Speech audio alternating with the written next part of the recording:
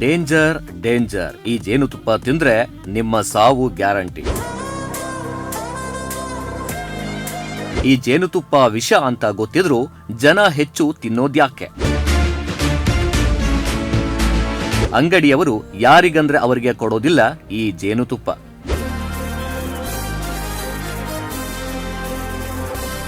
ಹೌದು, ಸಾಮಾನ್ಯವಾಗಿ ಜೇನುತುಪ್ಪ ಆರೋಗ್ಯಕ್ಕೆ ಉತ್ತಮ ಆಹಾರ ಅಂತೇಳಿ ಪರಿಗಣಿಸಲಾಗುತ್ತೆ.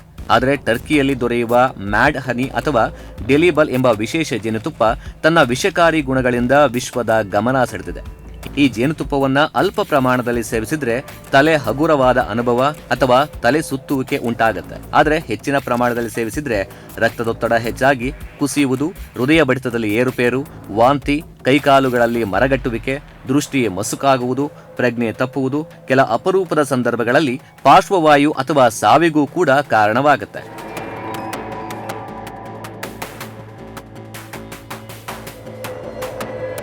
ಮ್ಯಾಡ್ ಹನಿ ಮುಖ್ಯವಾಗಿ ಟರ್ಕಿಯ ಕಪ್ಪು ಸಮುದ್ರ ಪ್ರದೇಶದಲ್ಲಿ ಉತ್ಪಾದನೆಯಾಗುತ್ತೆ. ಅಲ್ಲಿನ ತೇವಾಂಶವಿರುವ ಪರ್ವತ ಪ್ರದೇಶಗಳಲ್ಲಿ ವಿಷಕಾರಿ ರೋಡೋಟೆಟ್ರಾನ್ ಹೂಗಳಿಂದ ಹೆಚ್ಚಾಗಿ ಬೆಳೆಯುತ್ತೆ. ಜೇನುನೊಣಗಳು ಈ ಹೂಗಳ ಮಕರಂದವನ್ನ ಸಂಗ್ರಹಿಸುವುದರಿಂದಾಗಿ ಶುದ್ಧ ಮ್ಯಾಡ್ ಹನಿ ಉತ್ಪತ್ತಿಯಾಗುತ್ತೆ. ಸ್ಥಳೀಯರು ಈ ಜೇನುತುಪ್ಪವನ್ನ ಸಾಂಪ್ರದಾಯಿಕ ಔಷಧಿಯಂತೆ ಬಳಸ್ತಾರೆ. ರಕ್ತದೊತ್ತಡ, ಮಧುಮೇಹ, ಹೊಟ್ಟೆಯ ತೊಂದರೆ ಹಾಗೂ ಲೈಂಗಿಕ ಸಾಮರ್ಥ್ಯ ಹೆಚ್ಚಿಸಲು ಅತಿ ಕಡಿಮೆ ಪ್ರಮಾಣದಲ್ಲಿ ಸೇವಿಸುವ ಪದ್ಧತಿ ಕೂಡ ಇದೆ. ಆದರೆ ಈ ಪ್ರಯೋಜನಗಳಿಗೆ ಸಾಕಷ್ಟು ವೈಜ್ಞಾನಿಕ ಪುರಾವೆಗಳು ಇಲ್ಲ ಅಂತೇಳಿ ತಜ್ಞರು ಹೇಳ್ತಾರೆ.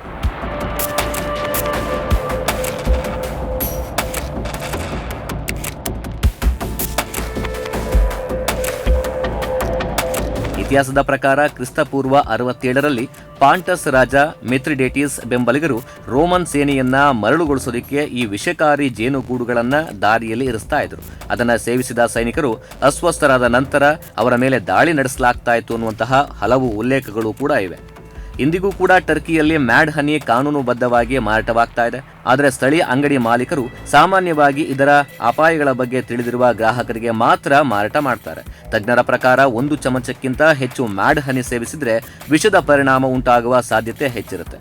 ವಿಶೇಷವಾಗಿ ಬೇಸಿಗೆ ಕಾಲದಲ್ಲಿ ತಯಾರಾಗುವ ಜೇನುತುಪ್ಪದಲ್ಲಿ ಗ್ರಯಾನೋಟಾಕ್ಸಿನ್ ಪ್ರಮಾಣ ಹೆಚ್ಚು ಇರಲಿದೆ.